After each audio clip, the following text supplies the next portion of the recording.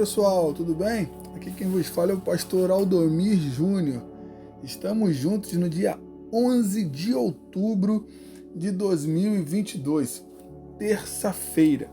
E vamos juntos no nosso plano bíblico de leitura anual. Pega a caneta, pega o lápis, vamos anotar, sublinhar, porque nós vamos nos aprofundar nos textos sagrados. E vamos estudar Marcos, Evangelho de São Marcos, no capítulo 3 e 4. Compartilha, comenta, envia para alguém, porque a palavra de Deus vai dizer em Isaías capítulo 55, versículo 10 e 11, que a palavra do Senhor não volta vazia. Amém? Então vamos juntos. Mateus, livro que terminamos de estudar, foi escrito para os judeus. Mateus, ou Levi, o cobrador de impostos, foi escrito para um povo. Tem um linguajar, tem toda uma escrita, uma retórica, uma forma de explicar Jesus para que os judeus entendam.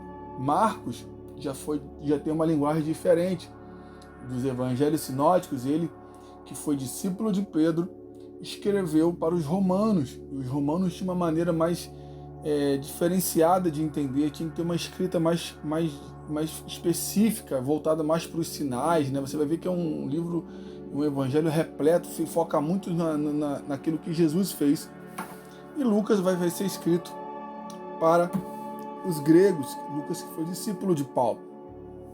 E o capítulo 3 e o capítulo 4, eu fico muito feliz, porque quando chega nos evangelhos é tanto conteúdo, é tanta preciosidade, é tanta coisa poderosa, são pérolas, são tesouros imensuráveis. O capítulo 3 você vai falar sobre o homem da mão ressequida. Uma vez eu até preguei sobre esse texto, fiz uma mensagem expositiva sobre esse texto, sobre esse momento, dessa cura do homem da mão mirrada, da mão seca, aqui é da mão ressequida. E já deixa pronto aí para você, quando chegar Lucas 6, você vai fazer um comparativo. Faça esse comparativo, como Marcos descreveu esse milagre, como Lucas descreve esse milagre.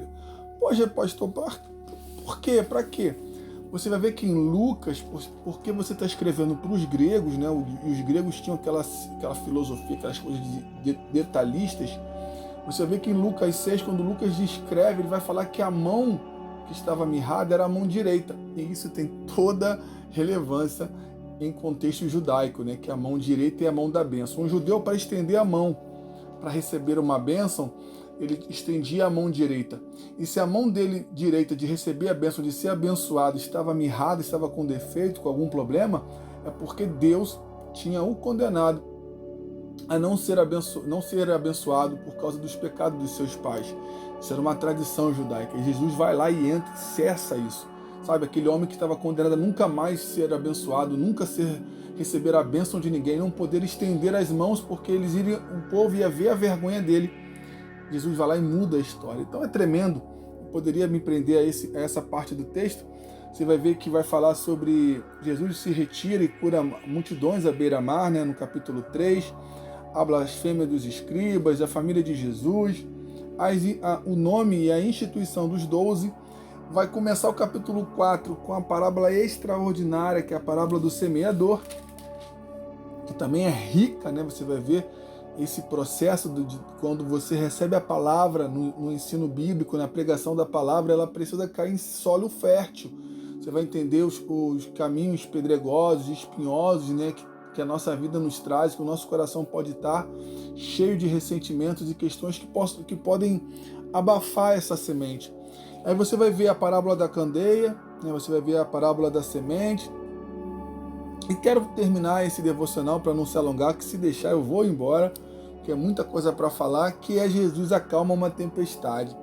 Outra mensagem que eu já preguei no meu outro devocional, que pegou Mateus capítulo 15, fala sobre a segunda tempestade, Se você lembrar, se você está fazendo acompanhamento rotineiro com a gente nesse dia a dia, você vai ver que lá em Mateus 15, quando estudamos, é a segunda tempestade, é aquele momento que Jesus anda por sobre as águas.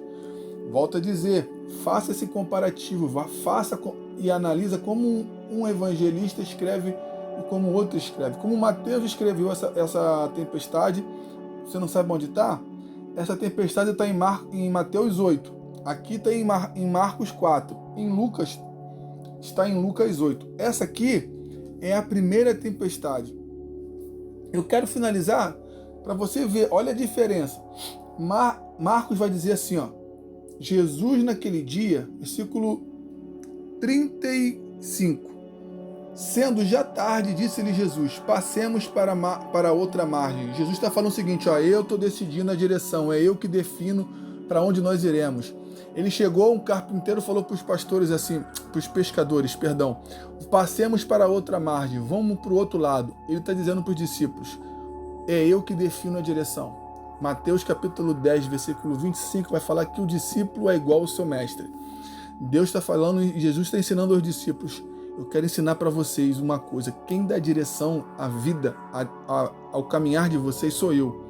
Mesmo vocês achando que eu não sei nada de pesca, eu estou definindo a direção, vamos para outra margem. E eles se despedindo da multidão, levaram assim como estava no barco, e outros barcos o seguiam.